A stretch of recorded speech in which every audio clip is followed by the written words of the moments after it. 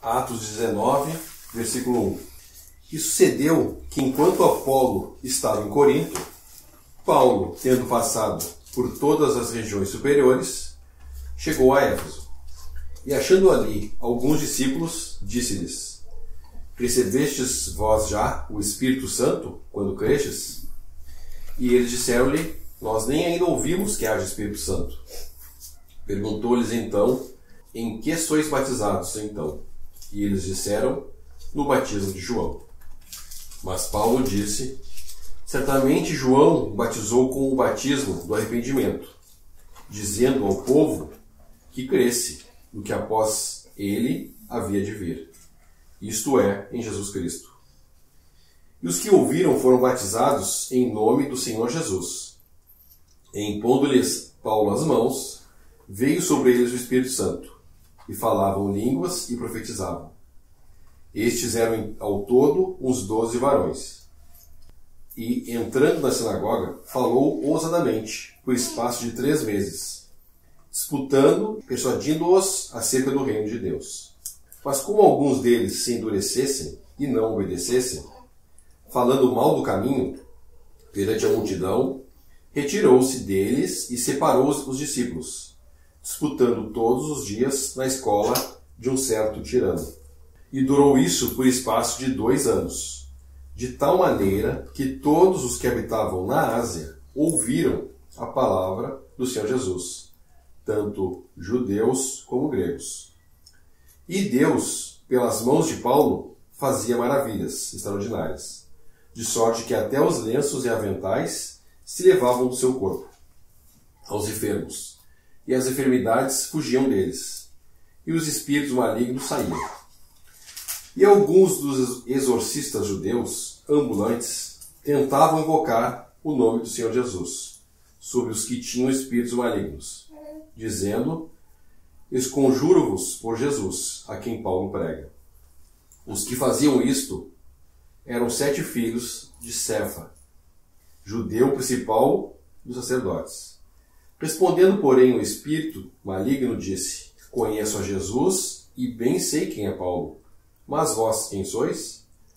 E saltando neles o homem que tinha o espírito maligno, e assim orando-se de 2, pôde mais do que eles, de tal maneira que nus e feridos fugiram daquela casa.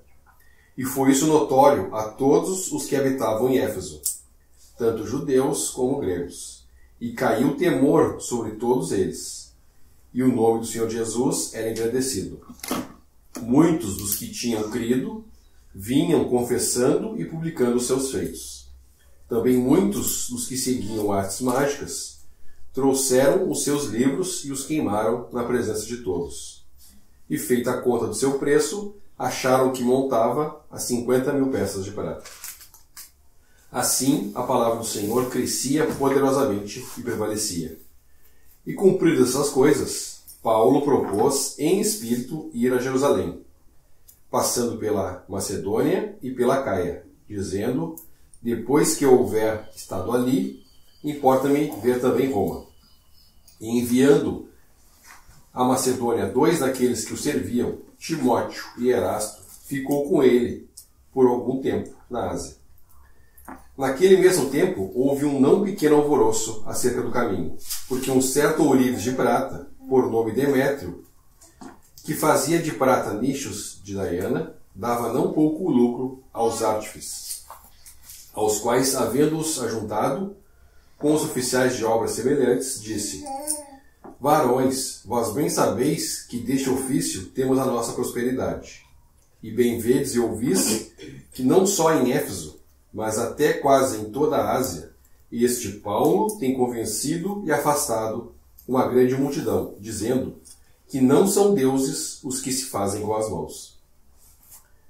Não somente há o perigo de que a nossa profissão caia em descrédito, mas também de que o próprio templo da grande deusa Diana seja estimado em nada, vindo a majestade daquela que toda a Ásia e o mundo veneram a ser destruída. Ouvindo isto, encheram-se de ira e clamaram, dizendo: Grande é Diana dos Efésios. encheu-se de confusão toda a cidade, e unânimes correram ao teatro, arrebatando a Gaio e Aristarco, macedônios, companheiros de Paulo, na viagem. E querendo Paulo apresentar-se ao povo, não lhe permitiram os discípulos. Também alguns dos principais da Ásia, que eram seus amigos, lhe rogaram que não se apresentasse no teatro. Uns, pois, clamavam de uma maneira, outros de outra, porque o ajuntamento era confuso, e os mais deles não sabiam por que causas se tinham juntado. Então, tiraram Alexandre dentre a multidão, impelindo os judeus para diante. E Alexandre, acenando com a mão, queria dar razão disso ao povo. Mas quando conheceram que era judeu, todos, unanimemente, levantaram a voz, clamando por espaço de quase 2 horas. Grande é a Diana dos Efésios. Então o escrivão da cidade, tendo apaziguado a multidão, disse: Varões Efésios, qual é o homem que não sabe que a cidade dos Efésios é a guardadora do templo da grande deusa Diana e da imagem que desceu de Júpiter? Ora, não podendo isso ser contraditado, convém que vós aplaqueis e nada façais temerariamente. Porque estes homens que aqui trouxestes nem são sacrílegos, nem blasfemam da vossa deusa. Mas se Demétrio e os artífices que estão com ele têm alguma coisa contra alguém, há audiências e há procônsules que se acusem uns aos outros. Mas se alguma outra coisa demandais, averiguar-se-á em legítimo ajuntamento.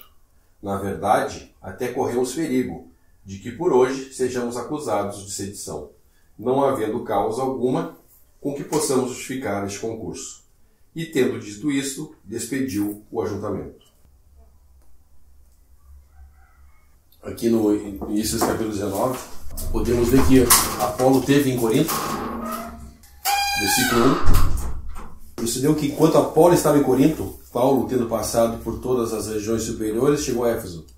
Então, Apolo, depois de ser orientado por Priscila e Áquila, foi útil em Corinto. Nós chegamos a comentar na reunião passada, a ponto tal de Paulo usar ele na carta ao Coríntios, citando ele como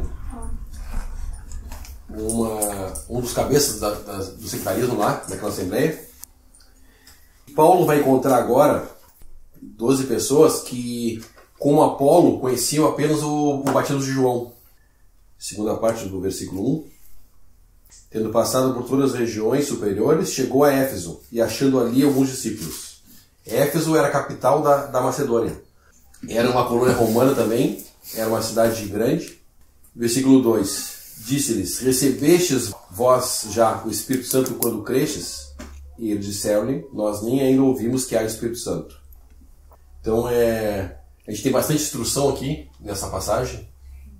Quando uma pessoa se converte, ela recebe o Espírito Santo quando ouve o Evangelho e crê no Evangelho da Graça.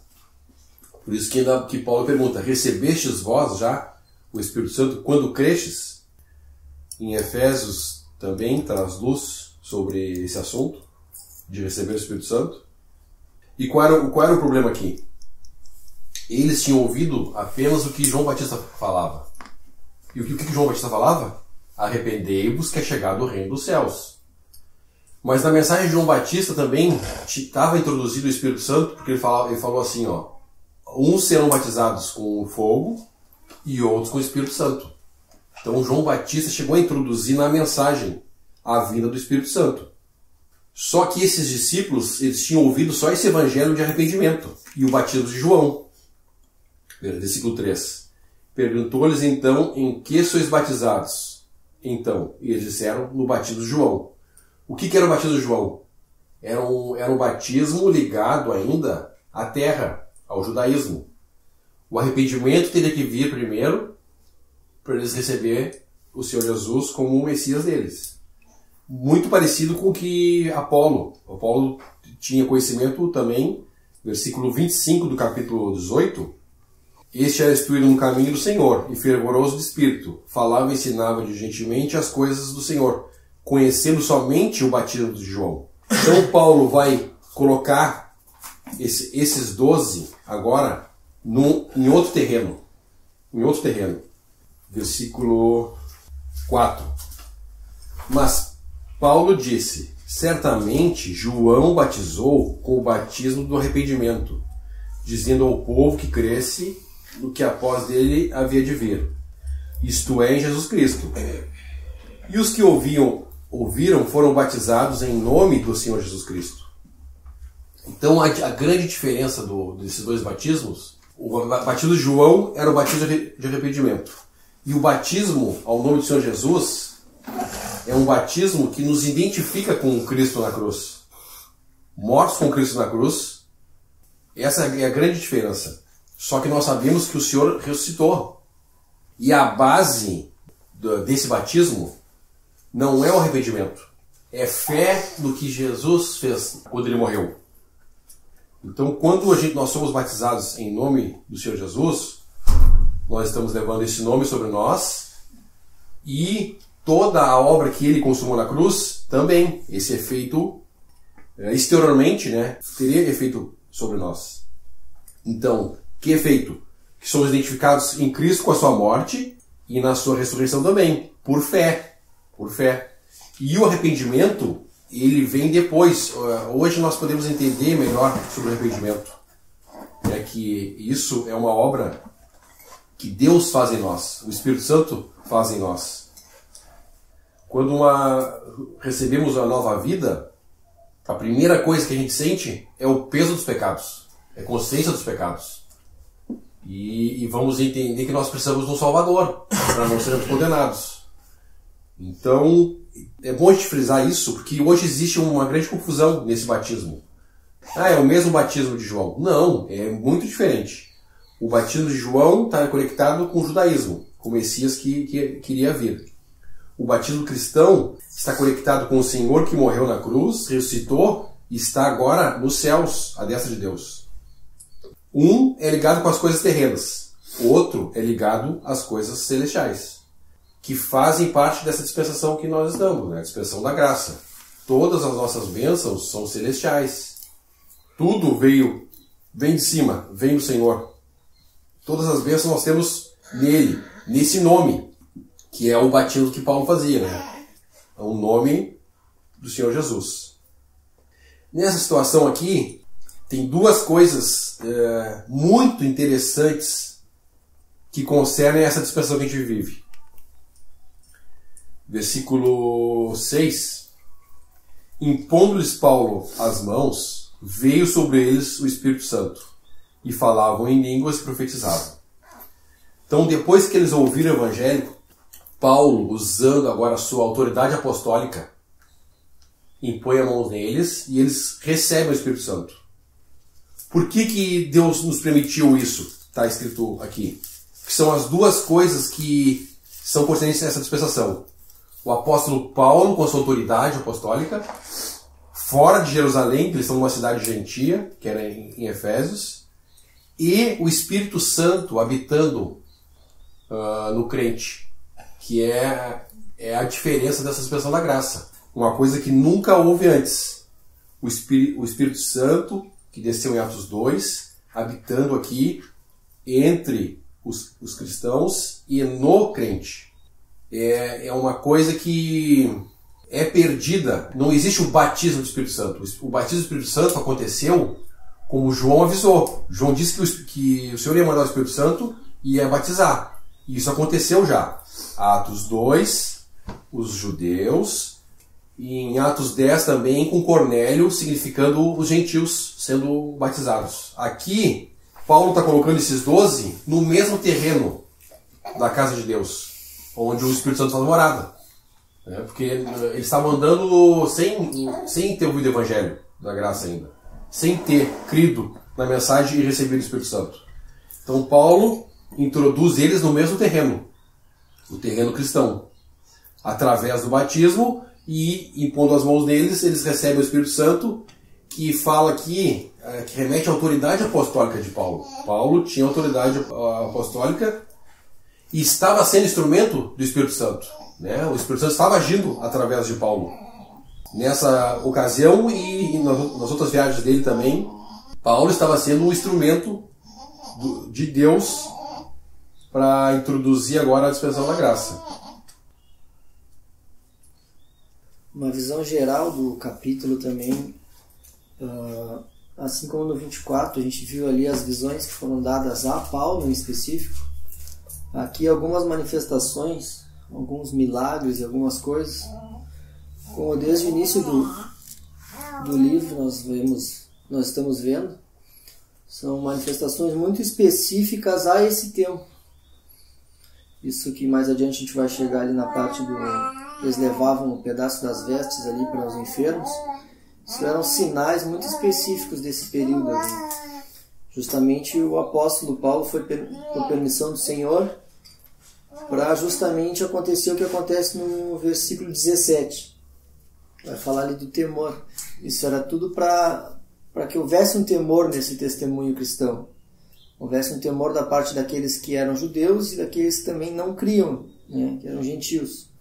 Então esses sinais aqui, essas coisas aconteciam muito específicas a esse tempo lá, para justamente entrar em vigor a dispensação da graça, vamos dizer assim, né? A gente sabe que foi um pouco mais atrás, onde foi dispensado ali, mas justamente para ter um efeito notório àqueles que viviam naquele tempo ali, e dali não há contrapontos de dizer, mas isso não é verdade.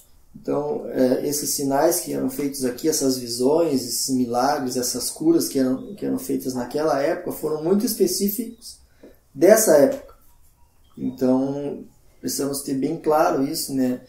Que o livro de Atos nos fala desses relatos aqui, que aconteceram justamente para nós entendermos o hoje. Entendermos a condição que nós estamos hoje, em relação àquele tempo lá, foi um tempo de transição, um tempo de instauração da graça.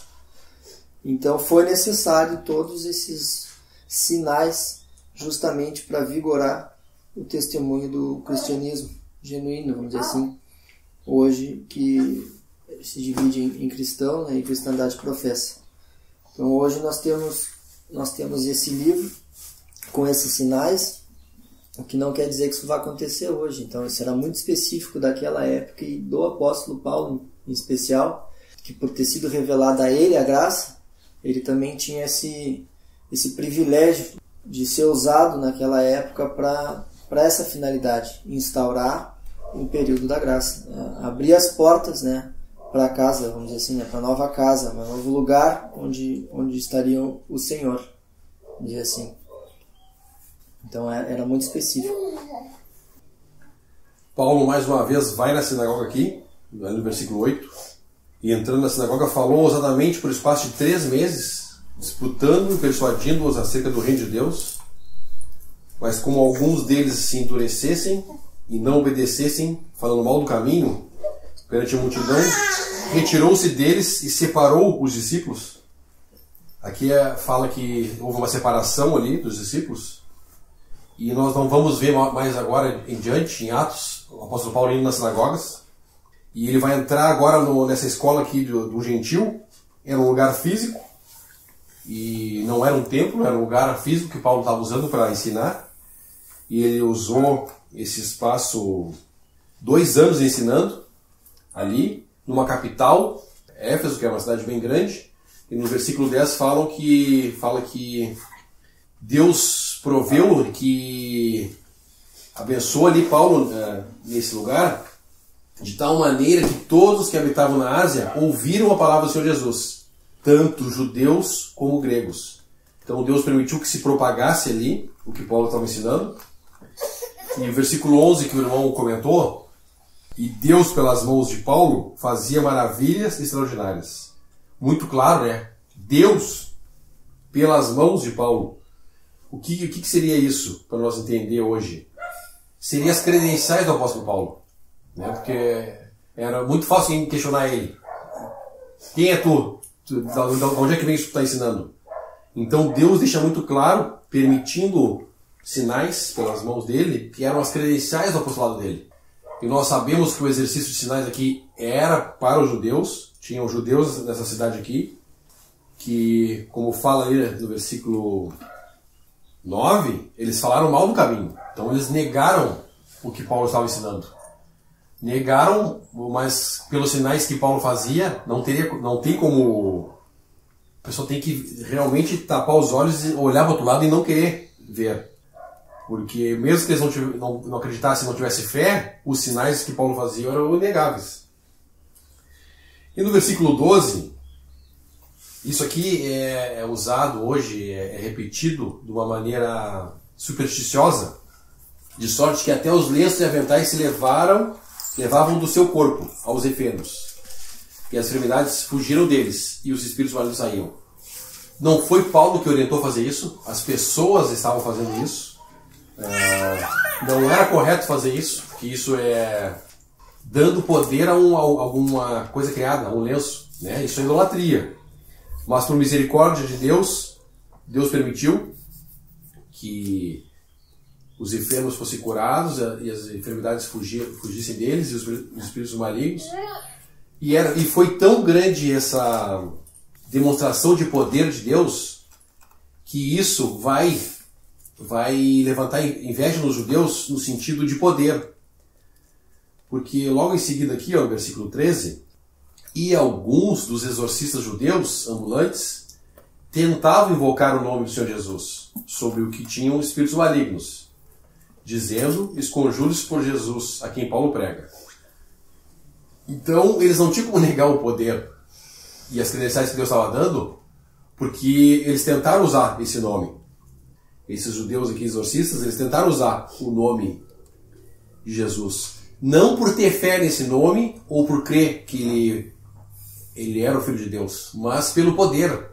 Então a gente vê aqui que eles estavam usando o nome pelo poder. E se nós transportar essa situação para o dia de hoje, muitos cristãos professos usando, né, o nome do nosso Senhor Jesus, a gente pode dizer, né, não falando mal no caminho, mas dando um mau testemunho, né, desse nome, usando esse nome do Senhor, não para anunciar que Ele é o nosso Salvador, que Ele executou a obra que Deus tinha no seu coração, mas justamente o contrário, por causa do poder, atrair as pessoas, oferecer coisas para essa vida aqui, prosperidade, cura das doenças.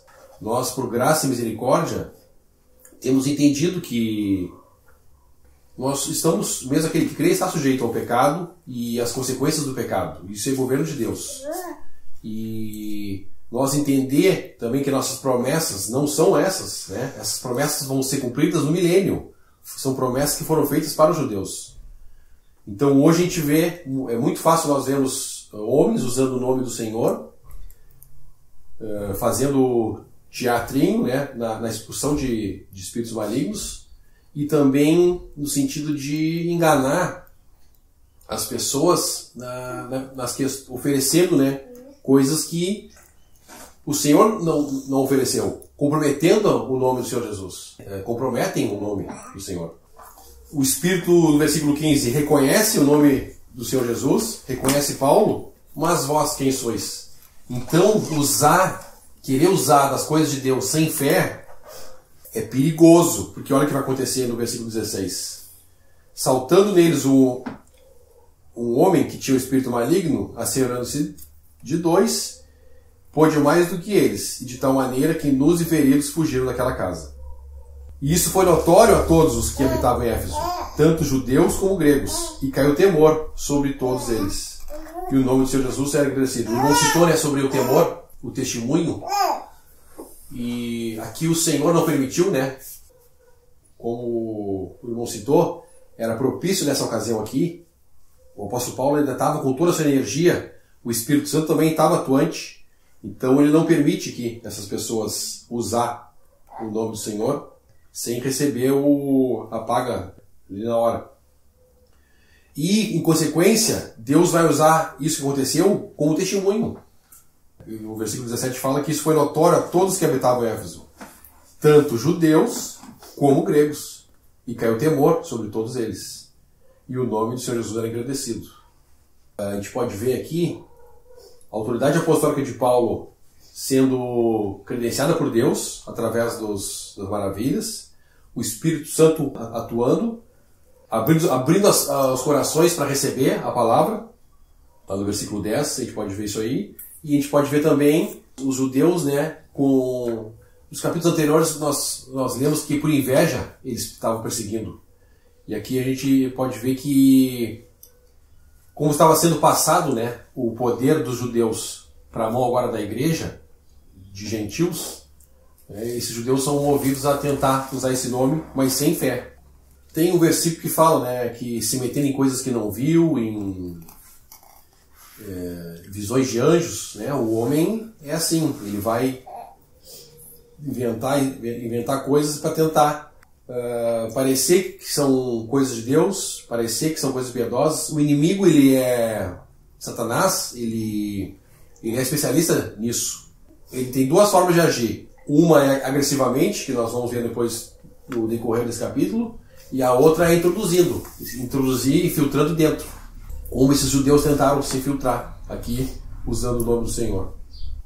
No versículo 19 a gente vê a magnitude da operação de Cristo, né, do Espírito Santo aqui, que leva muitos dos que seguiam outras artes, né, artes mágicas, outras artes não, né, artes mágicas ou magia negra ou do ocultismo ou qualquer outro tipo de magia.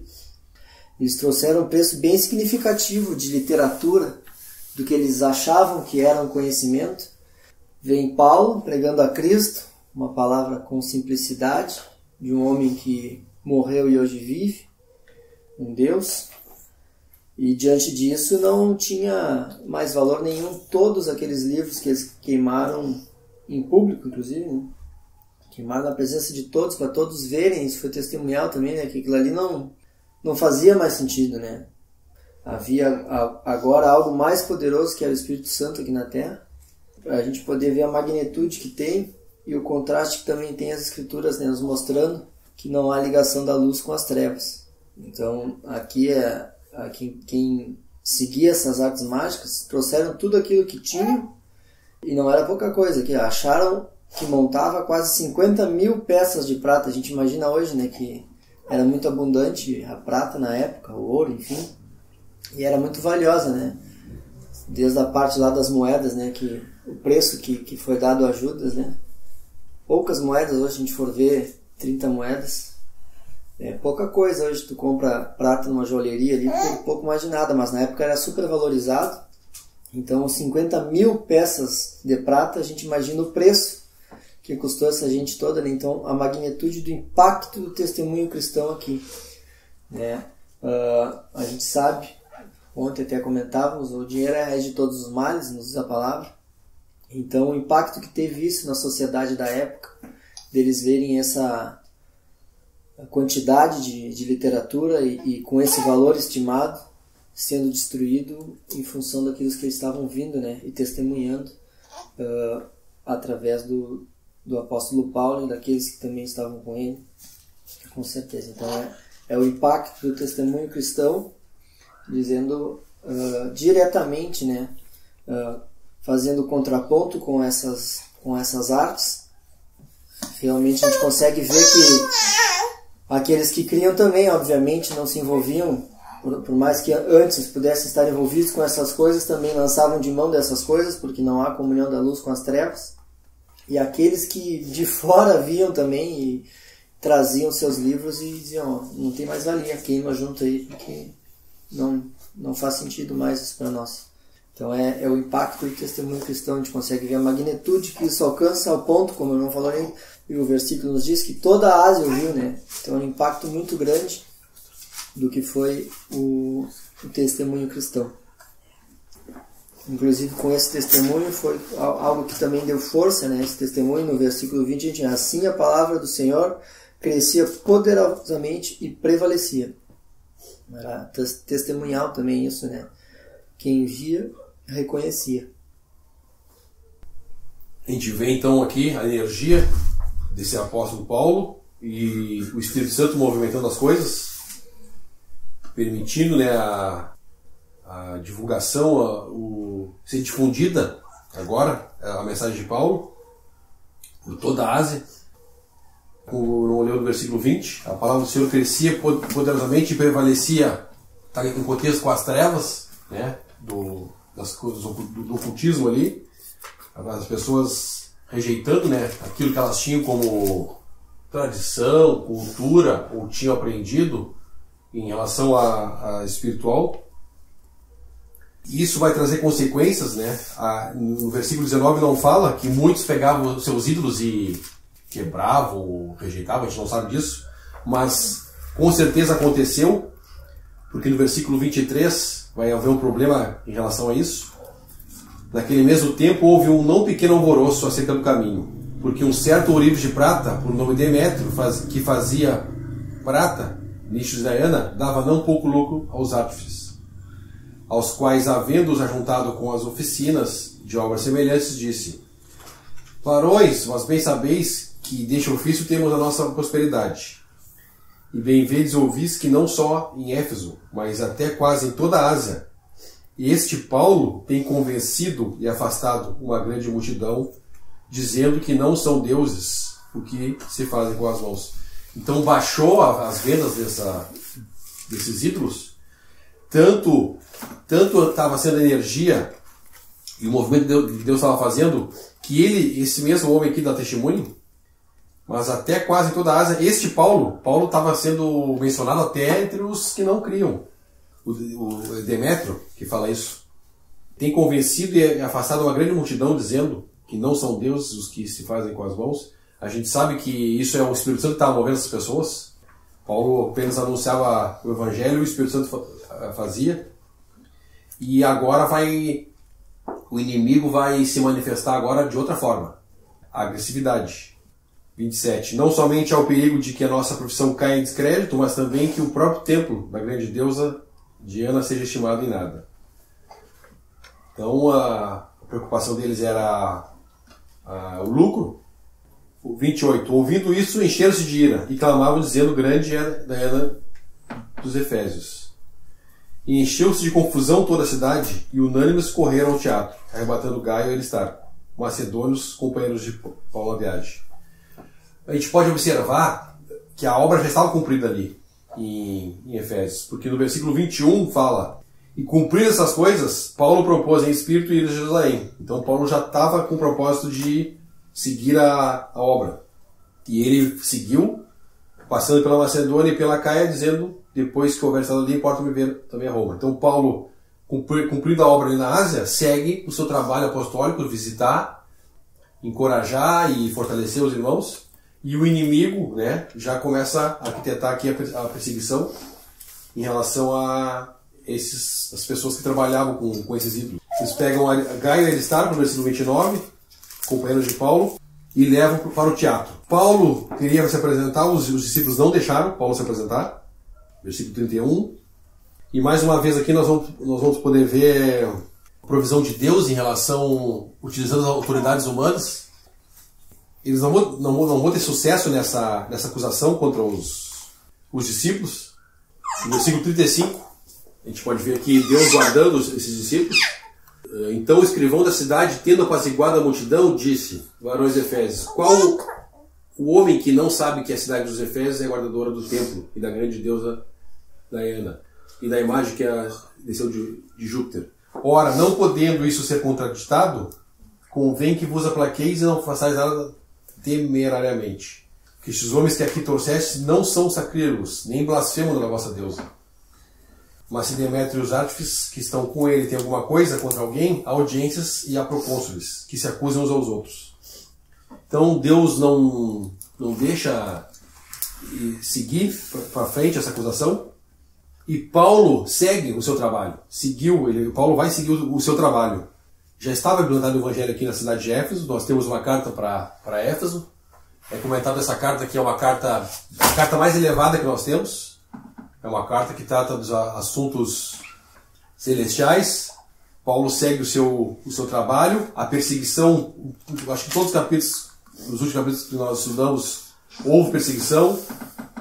Só que normalmente quem tentava levar é os judeus às autoridades. Aqui a gente vê os gentios. Tem um versículo ali que os judeus tentam, versículo 33, então tiraram Alexandre dentre a multidão, impelindo os judeus para diante. E Alexandre, assinando com a mão, queria dar razão disso ao povo. Então Alexandre era alguém dentro dos judeus, que com certeza os judeus queriam que aproveitasse aquele tumulto para acusar. Só que também, como eles ouviram que era judeu, eles não ouviram, no 34, mas quando conheceram que era judeu, todos novamente levantaram a voz, clamando por espaço de quase 2 horas. Grande era dos Efésios. Os judeus tentaram usar essa ocasião também para fazer as acusações deles, mas o intuito aqui não era idolatria. Eles não deixaram os judeus falarem, e o grande motivo mesmo era idolatria. E o lucro, né? Nem tanto que esses artes crescem no que eles faziam, nessas estados que eles faziam, mas eles estavam perdendo o lucro. E voltando a falar do dinheiro, né? O amor do dinheiro raiz dos males, e onde entra dinheiro, as coisas se complicam a ponto de ficar agressivas. Que nem eles estavam aqui, uma multidão clamando, e era confusa esse juntamento. Misericórdia, Deus guardou esses irmãos, mas poderiam ter sido, né, machucados, apedrejados, mortos ali por essa multidão, mas Deus guarda eles. Uma observação também a gente pode prestar atenção lendo essa passagem aqui. Uma vez que nós temos pouco tempo para pregar, vamos dizer assim, a gente não sabe, é iminente a volta do Senhor já. Vemos que desde o início a pregação era somente a Cristo, a salvação, a importância que Paulo dava para essa mensagem. O irmão leu aqui e eles falam que eles não estavam blasfemando contra os deuses deles, na verdade. Paulo, desde Atenas, né, já vinha falando que, a gente leu no capítulo anterior, que o Espírito Santo, Deus, enfim, não habitava, era o templo do Deus desconhecido que eles tinham lá, que Deus não habitava no templo feito por mãos de homens. Era a mesma pregação sempre, é o que pregamos hoje. O Espírito Santo está aí, está habitando no crente, no cristão. E é um detalhe importante a gente observar no versículo 37. O caráter da pregação deles não é um caráter de pregação invasiva, abusiva, para convencimento. Não, é uma pregação de amor. Em nenhum momento chegavam para esse povo todo aí, essa tua Deus aí tal coisa, essa tua Deus é tal coisa.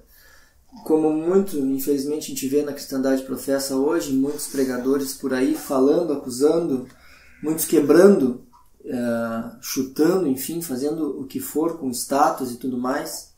Isso não é uma pregação de amor, isso não leva ninguém a Cristo. Isso leva a repúdio, a medo, a outras coisas que não é a mensagem cristã.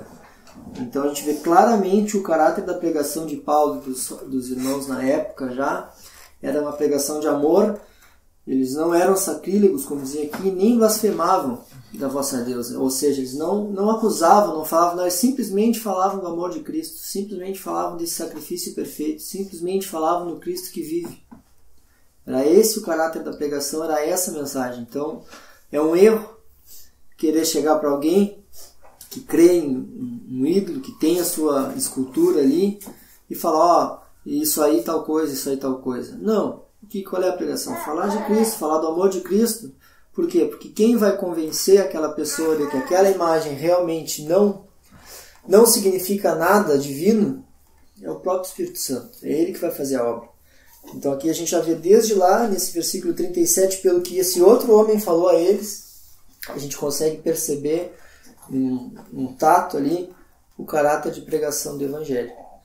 Então é o que é também uma mensagem para nós hoje de como devemos nos comportar quando falamos das coisas do Senhor em relação àqueles, porque muitas vezes a gente quer que a pessoa se liberte daquilo, a gente quer que a pessoa abandone aquele ídolo, porque a gente sabe que aquilo não vai levar à salvação, mas a gente não deve afrontar essa pessoa, porque quem faz a obra é o Espírito Santo. Então, olhando para esse versículo, a gente consegue enxergar nitidamente que esse é o princípio do cristão, a questão de pregação. Outra coisa, mesmo assim, nesse caráter de pregação, era iminente as perseguições, né? Porque afeta diretamente o Espírito Santo, faz a obra, mas quem está do outro lado realmente não enxerga como algo bom, vamos dizer assim, né? E aí as perseguições, né? Mesmo assim, mesmo com esse amor todo, haviam essas perseguições. Então, para a gente ver que o impacto que tem o testemunho cristão também.